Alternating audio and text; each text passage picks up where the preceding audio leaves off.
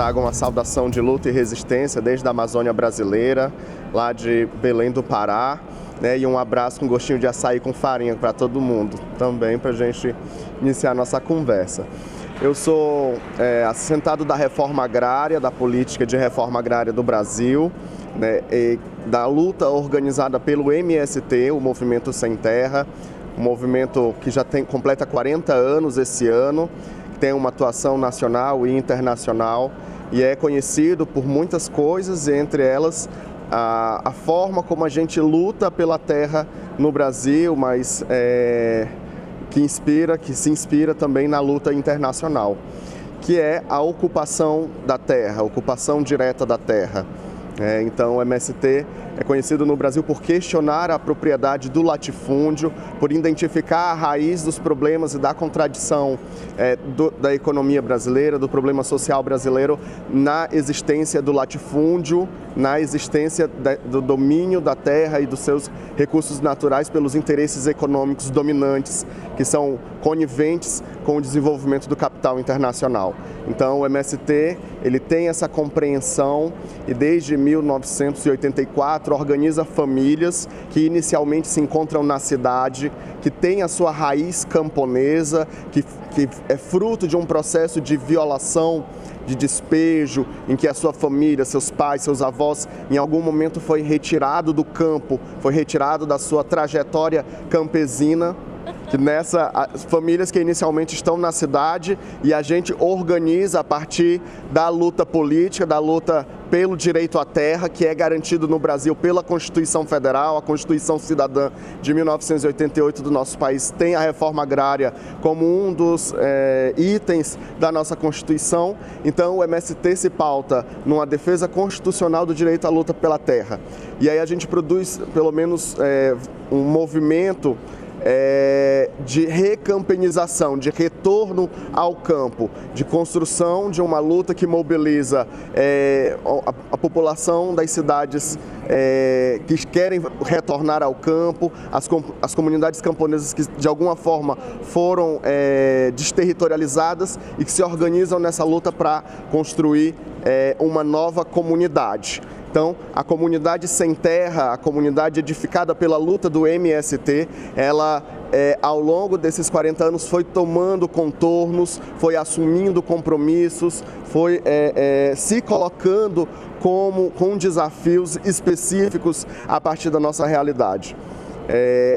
Na Amazônia, o MST está localizado em 6 estados da Amazônia brasileira, e a gente também tem mais de 40 anos, tem 40 anos de existência também na Amazônia, nos estados de Roraima, Rondônia, Mato Grosso, no Pará, no Maranhão, no Tocantins, e a partir da dinâmica territorial da expansão do capital, a contradição que gerou a chegada dos grandes empreendimentos e de uma urbanização a partir dessa desterritorialização é que possibilitou a construção de uma luta que hoje se somam mais de 40 assentamentos em todo o Pará a partir da luta desses 40 anos e são 13 mil famílias acampadas em processo de luta, constituindo comunidades ainda com insegurança de moradia, com insegurança,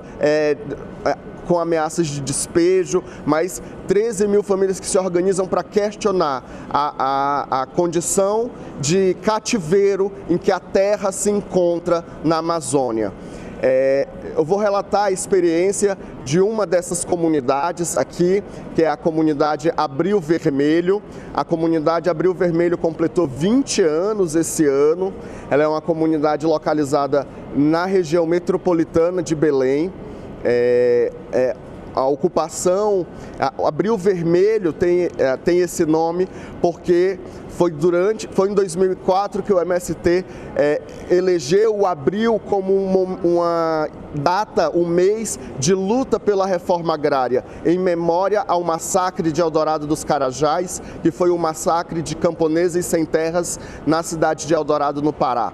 E aí, numa jornada de Abril Vermelho, aí aproximadamente 600 famílias se organizaram e ocuparam um latifúndio, que é o estado de um latifúndio que antes era era de serviço de uma empresa de dendê, de palma africana, para a produção do óleo de dendê. Então, essas 350 famílias passaram 6 anos em luta, questionando a propriedade, o direito que essa empresa tinha sobre essa terra e conquistou o direito a ser uma comunidade de resistência. E parte dessa luta também foi para reconfigurar esse espaço, retomar a floresta dele. Então, dentre os 2 movimentos que eu falei que o MST promove, um é a de recampanização do ser humano, do indivíduo, voltar a ser camponês, a sua raiz camponesa, a sua tradição e também o ambiente, né? O espaço em que a gente atua com a nossa luta. Então, hoje, esse assentamento produziu mais de 4.000 hectares de agrofloresta a partir da luta contra o latifúndio, contra o dendê, né? Essa luta, esses 4.000 hectares, eles foram construídos pelas famílias e são firmados em cima de alguns paradigmas que eu vou falar muito telegraficamente, que é a forma como o MST enxerga ou direciona a construção de suas comunidades. O primeiro é por uma nova compreensão do que a gente chama de terra. A gente compreende a terra como um organismo vivo, nós fazendo parte da terra. Então é preciso ter uma nova compreensão do que é a terra. O segundo é o Estado. O Estado para nós não é um espaço de lazer, nem um espaço de plumo de poder. Na verdade, é um palco de lutas, porque a gente precisa resolver os problemas do povo imediatamente, da saúde, da educação. Então, o Estado é um palco de lutas e é muitas vezes uma armadilha para os movimentos sociais. Nós também compreendemos como paradigma a classe trabalhadora. A gente fala que a reforma agrária só é possível ser conquistada no Brasil e no mundo com o apoio de todos e todas. Então, toda a classe é convocada para defender, para construir a reforma agrária junto com as nossas comunidades. E o terceiro é o princípio da emancipação. Se nosso passado e o nosso presente é de uma profunda violência, então interessa ao capital manter esse estado de violência. E a nós interessa construir novas relações, novos princípios éticos, morais, em que a gente possa caminhar para uma outra sociedade. Então a gente se coloca na tarefa da emancipação, da construção da juventude organizada, das mulheres organizadas. Então, esse caminho que o MST propõe na luta pela terra e na luta da conservação das florestas, esse é o trabalho que a gente emprega na Amazônia brasileira. Obrigado.